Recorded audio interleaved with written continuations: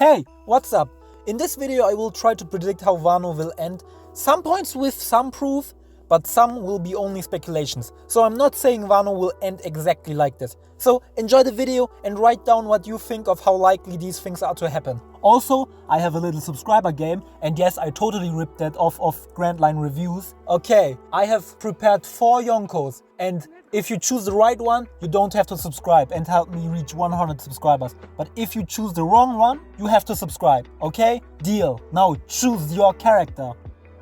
And the correct answer is Shanks. Of course it's Shanks, he's the coolest. Who the hell did you choose? Okay, as I said, if you choose Shanks, you don't have to subscribe. You can, but you don't have to. If you choose another character, you have to subscribe. I don't make the rules. Okay, but let's start with the video now. Prediction 1. Yamato will die in the end and not join the Straw Hats. Why I think this? I realize this is like a huge thing to say, but point 1. She has no goal like the other Straw Hats, and I don't think we will get a goal with any flashbacks coming, since her biggest reason to go out to the sea is to see the world and explore the world. If there was anything specific, they would have already told us, but there's like no specific goal she has. It's just to explore the world with Luffy and so on. The other Straw Hats all have specific goals, so that's my first evidence. Or my first point why I don't think Yamato will join the Straw Hats. Point 2. Let's assume her dream is to open up Wano, since she thinks she is Oden, and that was kinda his dream, right? After this arc, they will open up Wano, so she still won't have a dream after Wano, and every Straw Hat has a dream. By the way, that's also why I don't think Carrot will join, but I don't think Carrot will die, don't worry. And if we assume she has a dream, which is to open up Wano, it will happen in the end of the arc, and she achieved her goal. So making her die would be like many mangakas make their characters die after they achieve their goals. Like many people suspect that Usopp will also die after achieving his goal. So I also believe that she would die if she achieved her dream, if she had one. If she doesn't have one, she wouldn't fit in. Number 3. Unlike Carrot, she wants to join the Straw Hats. She 100% said she wants to join Luffy, and Luffy won't decline. So by the end of Wano, she needs a reason to not join. And I think it will be her death. Maybe she will sacrifice herself to fulfill the dream of opening up Wano. Also, another point, it wouldn't fit with the Blackbeard pirates. That's kinda a weak point, but I just wanted to mention it as well, since that would be the final fight against Blackbeard, right?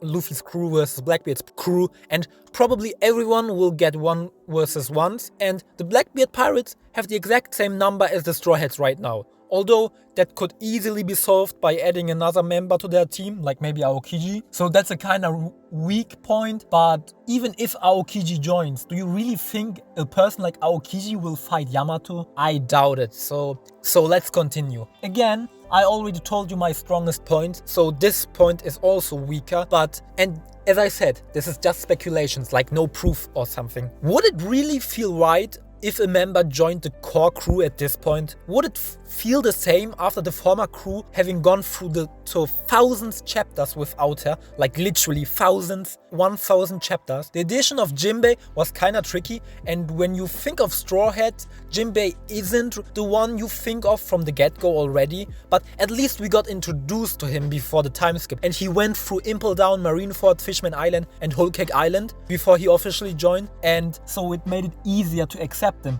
as one of the Straw Hats. But will Yamato really just join after 1 arc, which is Wano? Okay, it's long, but still it's just 1 arc and 1 adventure. And after 1000 episodes, like, she won't really feel like a Straw Hat or as equal as the other Straw Hats, if you get what I'm saying. However, Oda confirmed that there will be another Straw Hat, as Luffy said he wanted at least 10 members excluding himself. But I think it will be someone he already knows, someone pre-time skip, so it will be easier to integrate them into the Straw Hats, who has a strong connection to the Straw Hats. I don't think you will pull out someone entirely new this late. I think, and this is entirely speculations, he will make the last Straw Hat join before the final war, and since he or she is already known and beloved by the fans, it won't be a problem accepting him or her in the crew. And the main candidates for that could be Vivi rejoining for the final war arc, them finally freeing Bon Clay, please free Bon Clay by the way, or Smoker joining because he has had it with the world government, which is also a quite popular theory that Smoker will join, if you think I'm pulling this out of my ass. So all these characters are really beloved in the fandom, and I rather think, I'm not saying I prefer it, but I think it's more likely that one of them joins the Straw Hats. So considering all this and that Yamato plans to 100% join the Mugiwaras, I think we should get ready for a new top 3 death scene in One Piece. Maybe behind Ace and the Goring Mary. Like this, imagine if she actually died, that would be so emotional. And we haven't had a really, we had Pedro, but like it was emotional, but not peak emotional. So maybe he is planning an Ace sadness level death here.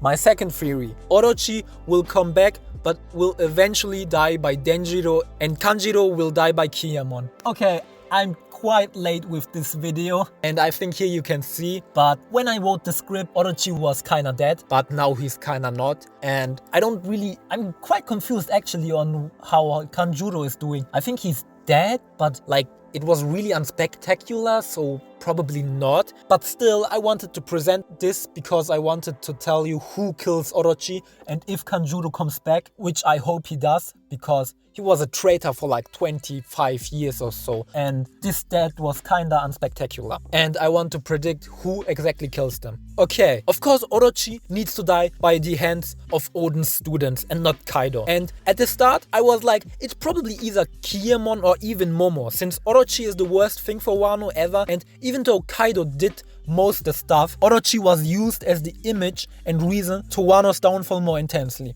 And it would be only right for him to get killed by one of the top dogs from the Akazaya 9, or even Momo himself. But I have Momo and Kiyamon killing other important characters, and I don't think Oda will have one of them have 2 kill moments in this arc, and therefore I will give this to Denjiro.